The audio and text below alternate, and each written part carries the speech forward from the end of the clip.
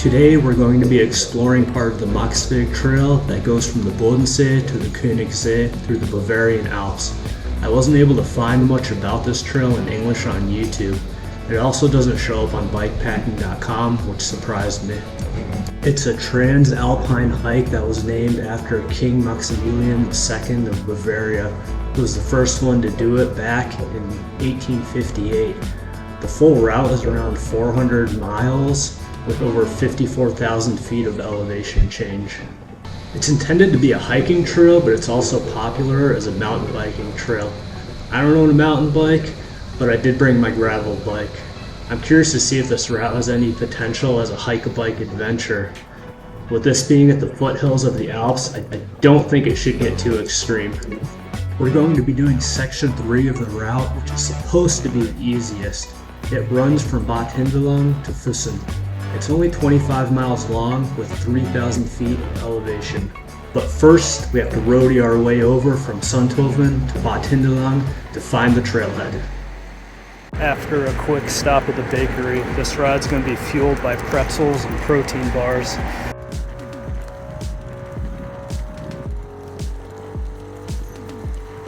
For this ride, I'm going to be on the all-city Cosmic Stallion. I do have some concerns about bringing this bike. My dad and I have a bike packing trip planned, and it's pretty much all on road. I really want to make sure I don't damage this thing. It's already missing a few teeth because I also have a really bad habit of choosing the path less traveled until I end up on single track. That's why I chose the easiest part of the route, not to mention the first part of the route. Well, it kind of ends you in the middle of nowhere, and I got to get home to my Oma on Sunday for lunch. Just to give a bit more of an overview of my bike, I'm running 700 by 40C Panaracer Gravel Kings with their semi-slick in the back and semi-knobby in the front. I don't know if that's going to be enough traction for this trip. I'm also curious to see how the casing on these tires holds up. It's pretty supple. The rocks and roots in New England tend to be smooth, but I'm not sure about the Alps. I never paid much mind to it while hiking here. I'm hoping things don't get too stabby. Gearing might be another issue. With 1132 in the rear and 4630 in the front, I'm not sure I'm going to have enough to make it up some of these steeps. That's only 26 gear inches. Most bike packing bikes go just south of 20 inches. I'm also wondering if drop bars are a bad choice. Whenever I go down steep descents, I have to go into the drops to get enough leverage on the brakes and make sure I don't slip off the hoods when I hit bumps. This can kind of get annoying, especially without a dropper post. Depending on how steep things get, I'm also wondering if flats and hiking boots might be a better choice than going clipless in my Velo Sambas. What you're thinking, is this all just an elaborate ruse so I can build a hardtail mountain bike? Well, the answer to that is yes.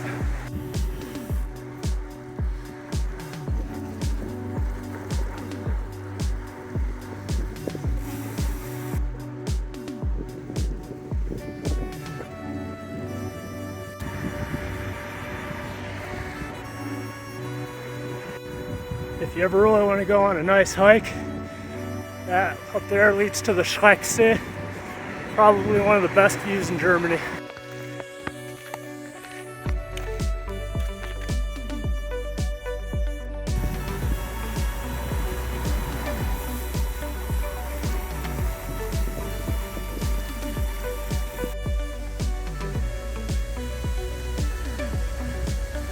All right, we made it to the trailhead. Let's go.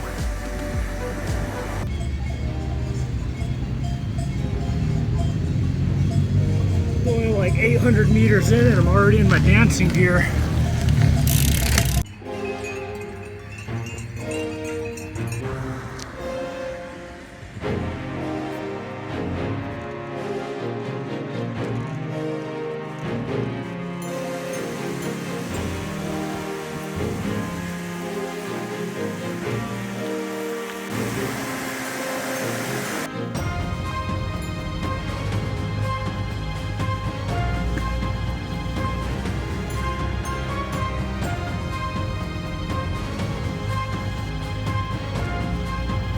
Turns out, that could have been avoided.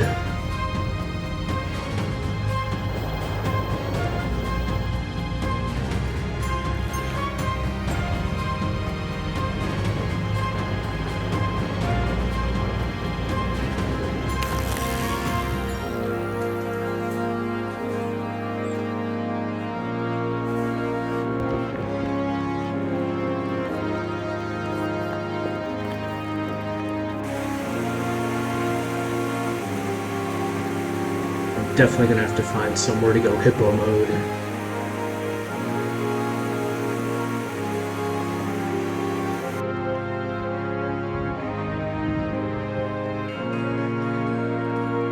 The nice thing about biking through the Alps is you can always find clean water. I think there's a castle up there. There's a bunch of parasailers up there.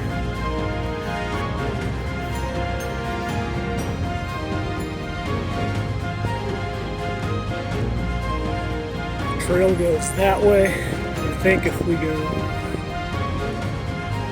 further uphill, we should be able to find that castle.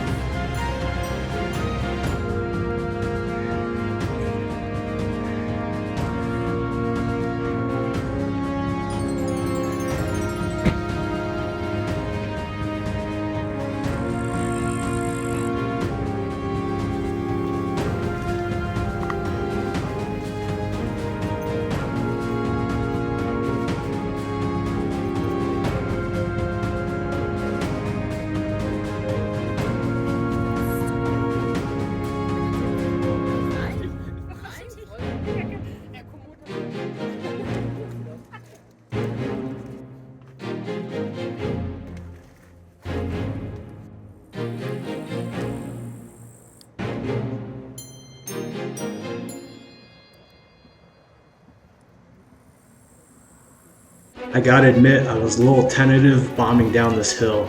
The hiking trail cut across the road a bunch of times, and I saw a lot of people on the way up.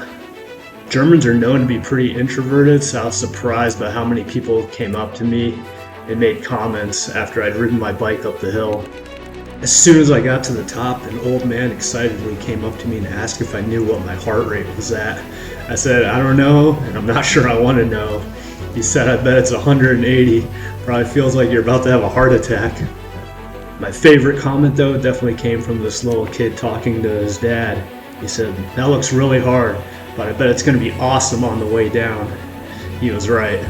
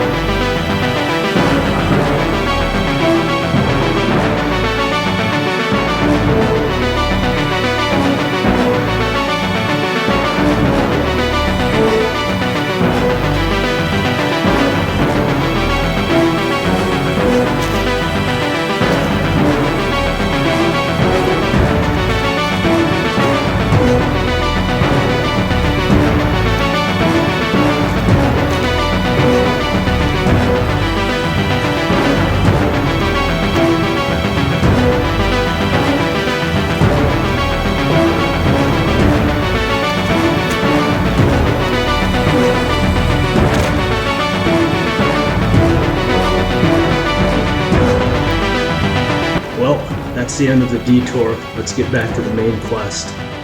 This section was extra chunky. All the drainage ditches running across it didn't help either.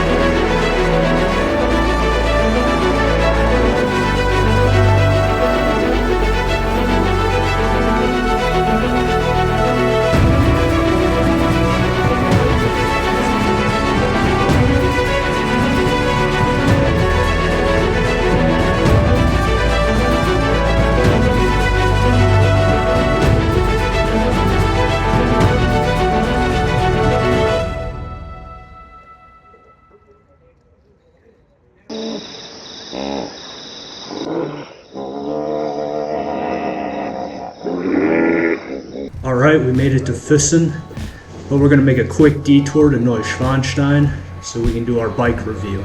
The bike held up surprisingly well, but this was definitely a case of underbiking. That's not even considering the fact that I did the easiest section. Traction wasn't too much of an issue with the Gravel Kings. I did start to do a burnout in a muddy section, but the front never washed out.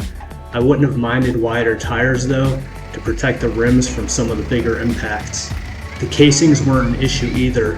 Trails in Europe are so well traveled, all the rocks seem to have gotten smoothed out. Gearing was pretty good, but having another bailout gear or two would have been nice. Thankfully, my bike wasn't loaded down. Riding clipless was great for the climbs. The only section I hiked could have easily been avoided had I not wanted to see that little waterfall. The drop bars weren't an issue either, but I would have loved to have had a dropper post. With having a saddlebag on the back and no dropper, it made it really hard to get my weight back far enough.